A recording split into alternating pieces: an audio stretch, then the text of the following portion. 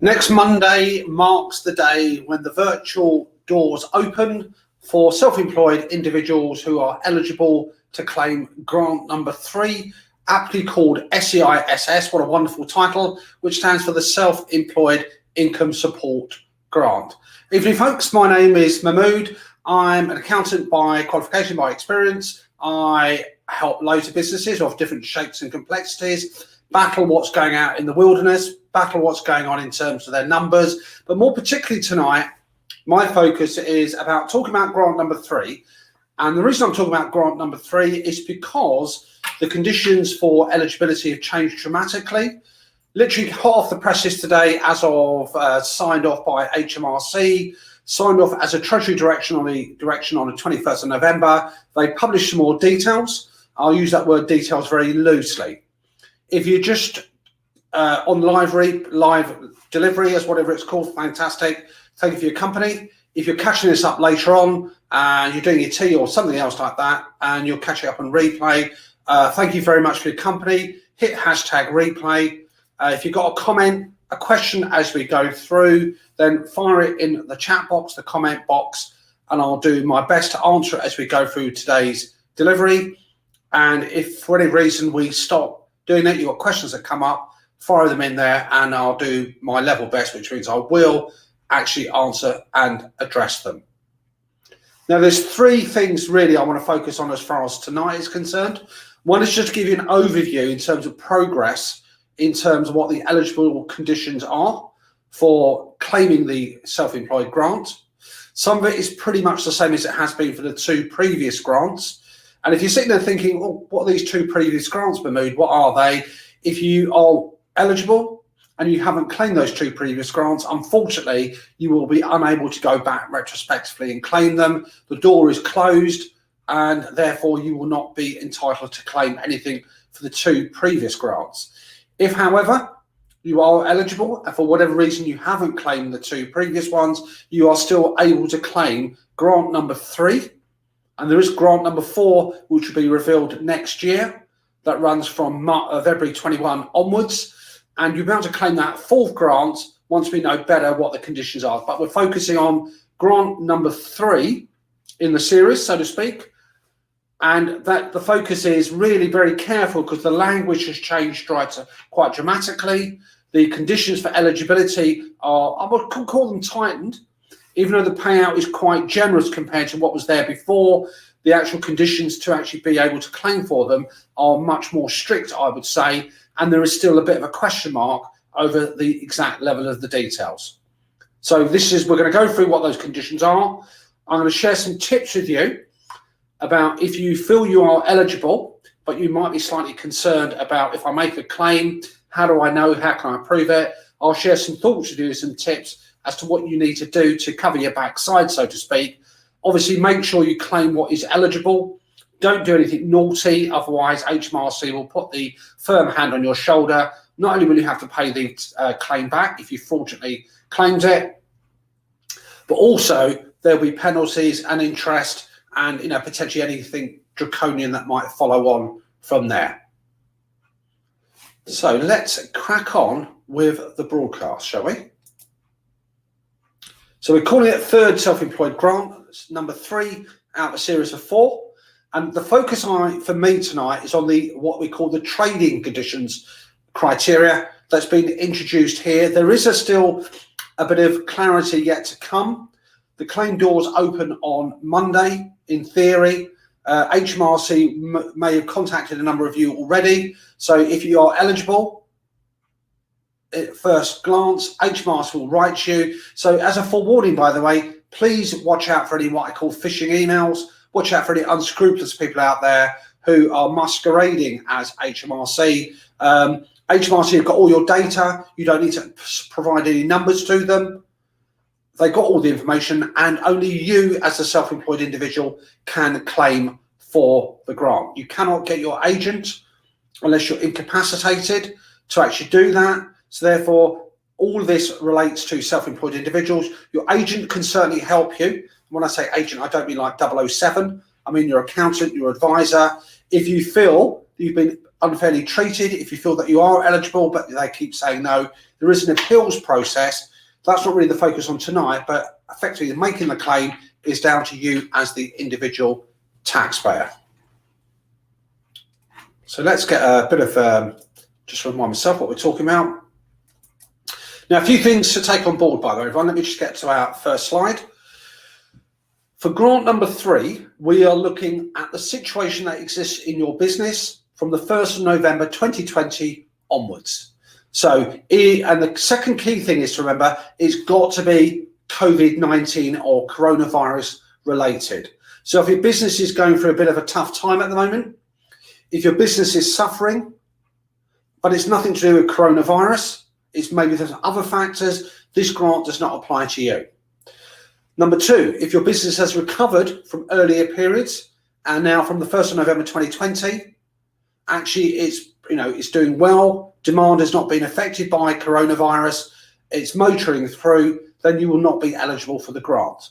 There's got to be a tie-in for all of this to the impact of coronavirus on your business. And more particularly, we'll be talking on the profits accordingly. Now, some of the normal general conditions still apply. So that's the same as before. So in other words, you've got to have been trading in 1819. You've got to have met what I call the profit figures, i.e. your profits from self-employment below 50,000, and the total self-employed profits have got to be at least 50% of the total income that you declare on your tax return.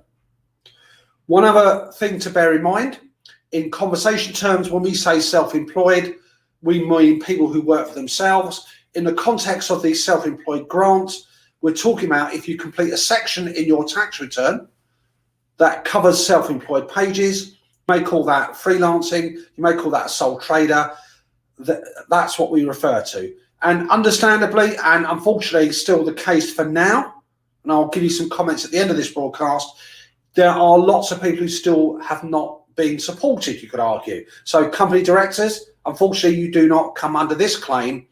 Potentially there's something called furloughing. If you started your business after the 5th of April 2019, you will not be eligible for the grant at this point in time. If you have income, some self-employed income, but actually you've got more rental income and other income from other sources, so you don't meet the eligibility criteria on figures, then you will not be able to claim this grant. So perfectly true, quite a huge tranche of businesses have fallen through the cracks, so to speak, not being supported. That's not the purpose of tonight's broadcast. It's really focusing on the grant as it stands at the moment. So current eligibility aside, these are additional conditions if you want. Number 1, you've either got to be actively trading, so you're still trading, but the demand in your business, i.e. the customers, what you're selling, has been affected adversely by coronavirus.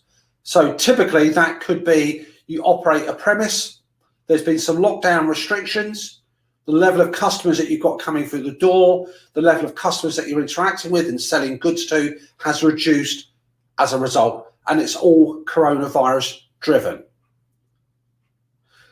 Number 2, we're talking about the impact on demand, by the way, and as we see on the next slide, is demand and the impact on the profitability of your business that's really got to be tied in. If you've just had to incur additional costs, maybe for additional PPE, additional regulations that you've got to comply with, just to give an element of security and safety and comfort to your customers, that does not count. There's got to be an impact on the demand, and I'll share some actual practical examples that HMRC have shared later on in the broadcast. But you've got to be either currently trading in 2021, and the way the legislation is structured, by the way, we're talking about the entire 2021. So that's up to and including the 5th of April 21. So if you're currently trading, but demand has been affected adversely by coronavirus, then tick box, you satisfy that criteria. Now, your business may have already been trading in 2021, but you've paused it because of coronavirus. As long as you intend to continue trading, the keyword is intend to trade in the remaining of 2021, then you're eligible. So let's recap. You're currently trading at the moment in 2021. Obviously, you've got to have traded in the previous years as well, but demand has been affected adversely by coronavirus. Tick box, go to the next level, go to the next step. If you have ceased trading in 2021, but you've paused it, so to speak, so you're unable to trade because of coronavirus, but you still intend to carry on trading when circumstances are suitable, then you will pass that hurdle.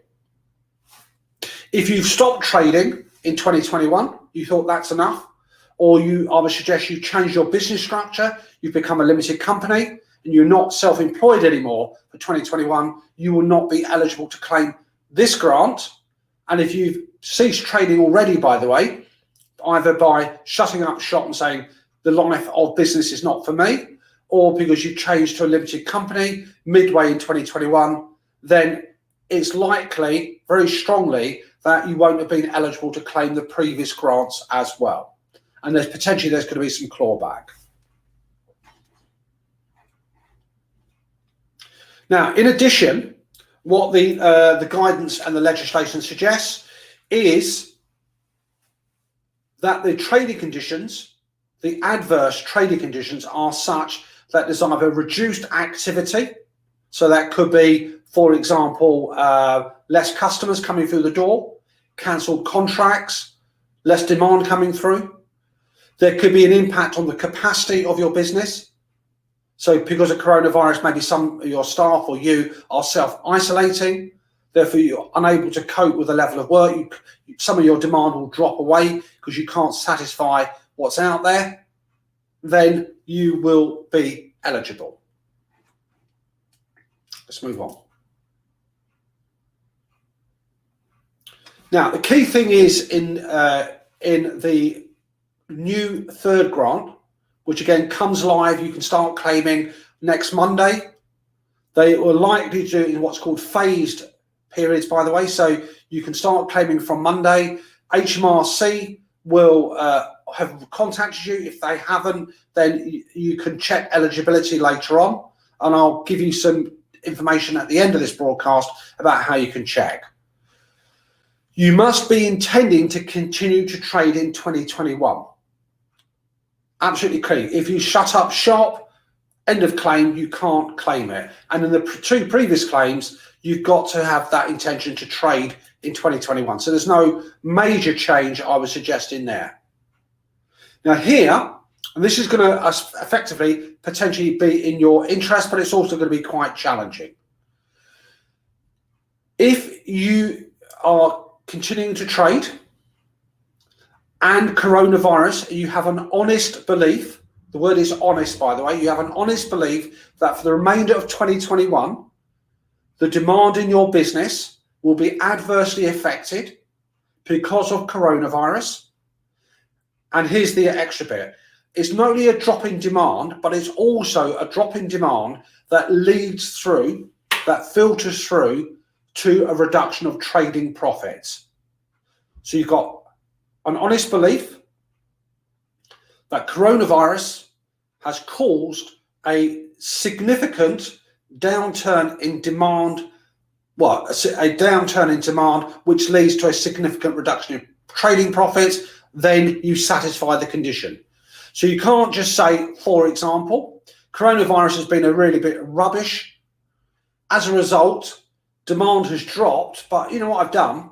I've put my prices up to compensate accordingly. My trading profits haven't really been affected, say, compared to what it would have been if coronavirus was a figment of my imagination, was a scene in Dallas from Bobby in the shower. If that's the case, then you will not be eligible for the grant. And when you do the process, by the way, when you go through the claim process, you will have to certify online that those conditions apply. We can get sucked into this idea thinking, you know, this is desperate times, let's go through. And again, just as a bit of a health warning here, be very careful when you make those declarations that you have an honest belief that that does actually apply. And I'm going to share some thoughts with you in a moment about how you can support that. So if it ever came to the situation of HMRC saying, okay, we've got your tax returns now, we're looking at it, we don't actually think that you've had a significant reduction of profit, we don't really think coronavirus adversely affected your business from the 1st of November 2020, you can then go back to them and say, well, actually, here's the reasoning how I've come up with that itself. So again, honest belief, coronavirus has adversely affected your demand, which causes a significant reduction in trading profits. You'd be pleased to know HMRC have left it quite open. They've not really defined what is meant by honest belief. We can take the normal phraseology for that. They've not really defined what is meant by significant. Does it mean a 5% reduction? Does it mean 15%? Does it mean 25%? They've said that is up for the taxpayer to look at the wider business circumstances and to make that judgment. But they also say they expect taxpayers to have evidence to support their belief that the coronavirus has adversely affected their demand and consequently led to a reduction of trading profits. And not just a reduction, by the way, but a significant reduction.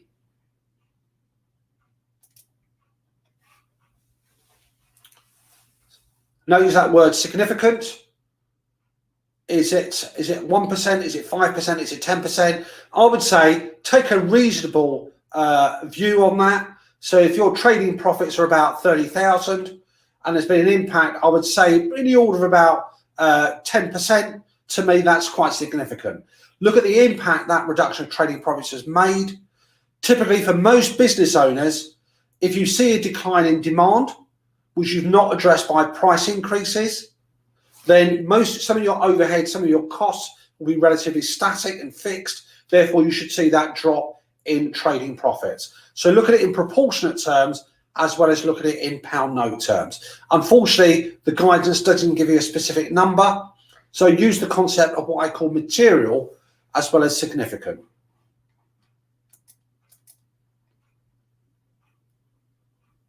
Now, here's some examples, by the way. And there are some examples given in the HMRC guidance notes as to what constitutes a drop in demand and a consequential impact in terms of significant reduction of trading profits. So, e.g., because of restrictions of movements, because of coronavirus, your customers, you might be in a retail business, you have fewer customers coming through the door, that drop in demand leads to a significant reduction in trading profits. Tick the box, that's fine.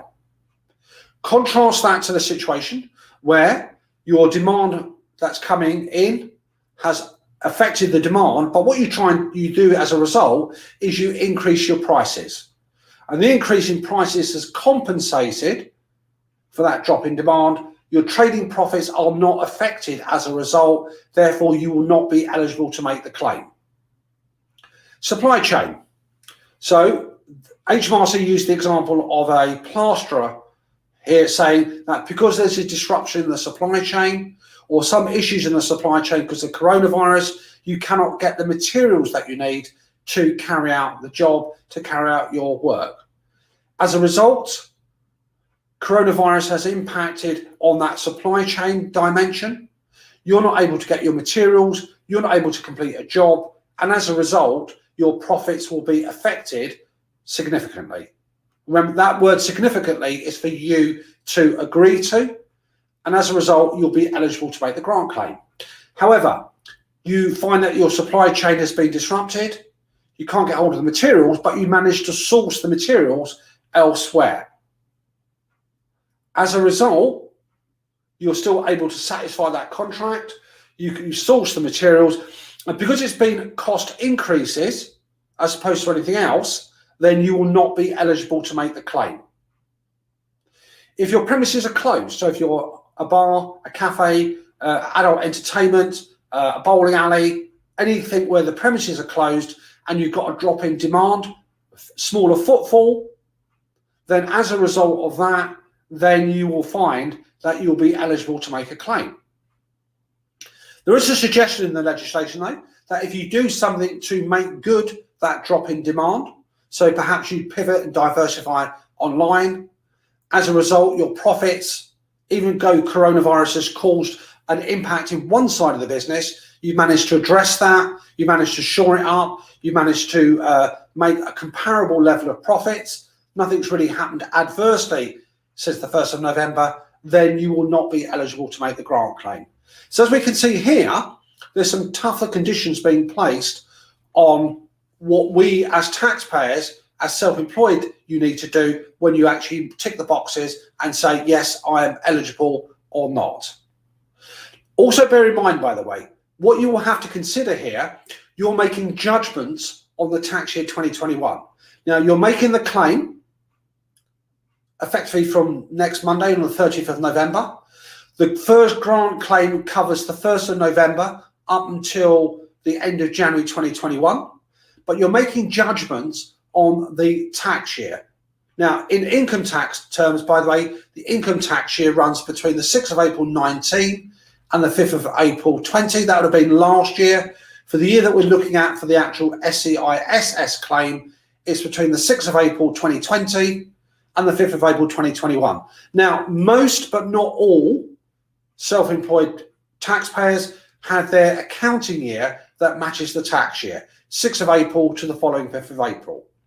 So you've got to make a judgment call, do a bit of forecasting, bit of planning, get your agents involved, and you need to make a judgment call about what you think the shape of your business will be for the remaining tax year.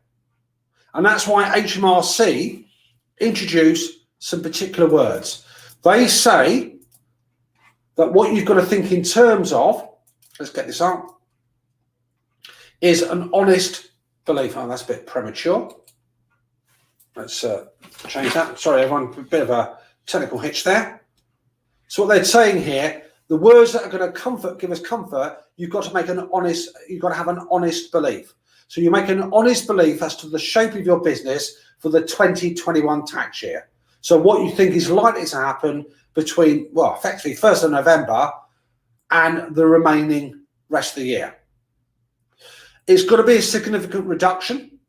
So again, that is for you to make that judgment call. So by all means, discuss it with your advisors, discuss it with your accountants as to what they mean by that. Now, the third thing is evidence. And here's my thoughts about how you can gather evidence. For me, the situation is about comparing what we have now with coronavirus in our business and what it would have been if coronavirus actually hadn't happened, which is a difficult thing to get your head around.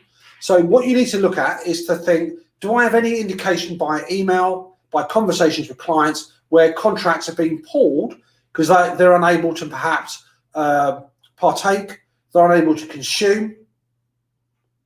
If so, if you've had that conversation via email and you've lost contracts, and again, since the 1st of November, then keep a note of it, and that to me is good evidence.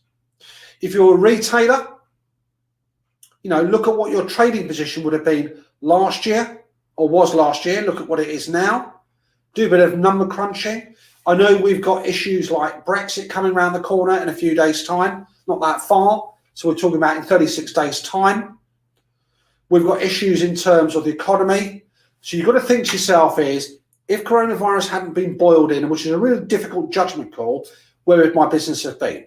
If you do some number crunching, do some comparatives, do some graphs, that's a great piece of evidence.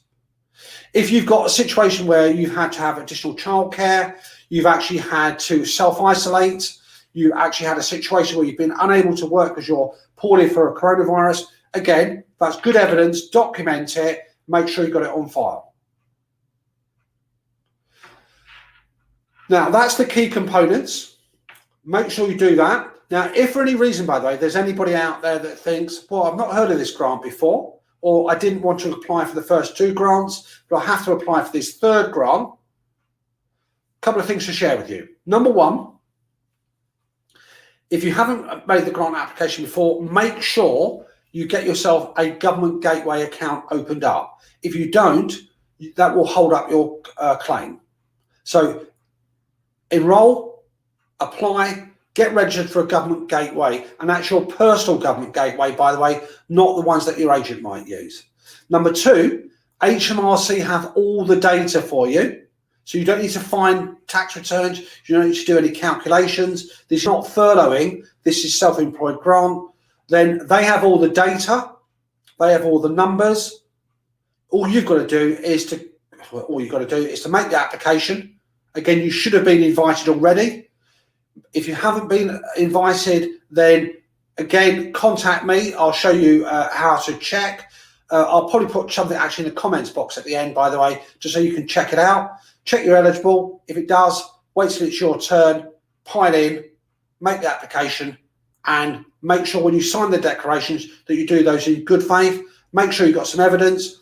The maximum grant, by the way, is paid as a single lump, is £7.5 grand, and it's taken as your average monthly profits. 80% of those will be paid out as a self-employed grant, and it covers 3 months.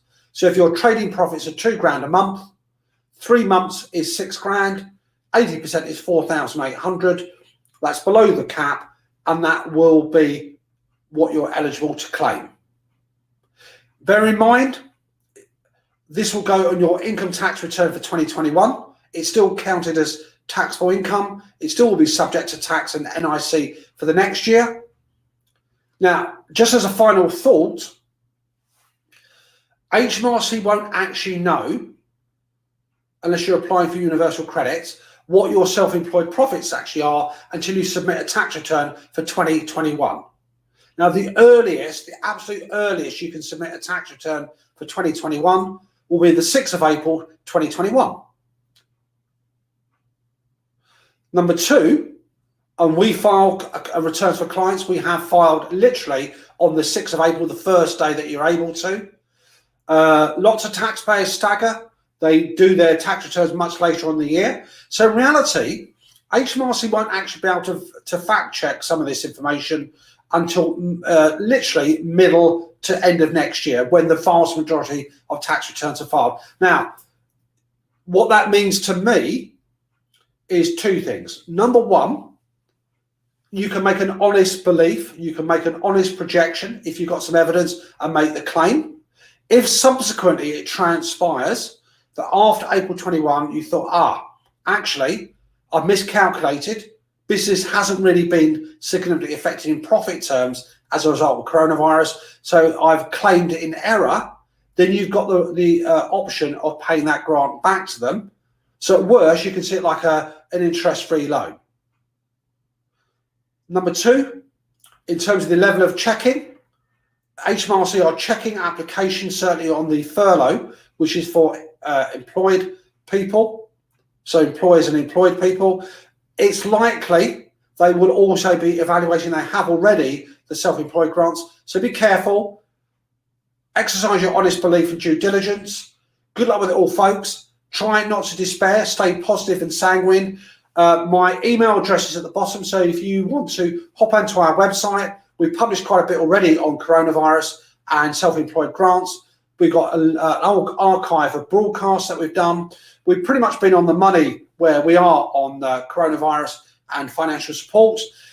Just as a last, I suppose, thought process, there are lots of self-employed people who have fallen through the cracks, who aren't supported by these grants. The reason is, when it was first rolled out back in March 2020, that was before the end of the tax year, and HMRC did not have the tax data to say whether people registered after April 19 could apply. We're now getting to a situation where the vast majority of tax returns, when I say vast majority, probably about 55–60% have been filed already. By the time we get to January 21, everybody should have filed their tax returns for the 2021 season. Sorry, for the 1920 tax return season, which means, and this is purely speculation, I haven't got any inside information from Rishi Sunak that you might think I should do and would have, is there's a likelihood, but not guarantee, I have a gut feeling that there may be a movement on the fourth grant for those who might have fallen through the cracks in 1920. But again, watch this space. 1920 is when all your tax returns should be finished. So HMRC will have some more data, and who knows, there may be a grant number 4 that may be eligible to be applied for 1920 self-employed people. But that's pure speculation. There's nothing indicating that it will do. I just think that the argument will be less strong for that to actually apply. Okay, folks, that's enough from me. Have a great evening. Sorry it's a bit rough and ready, but I only got the information off the presses today. If there's more detail to be announced, I'll make that available. But until then, have a great evening. And until then, I shall say goodbye from me. And let's say goodnight from me.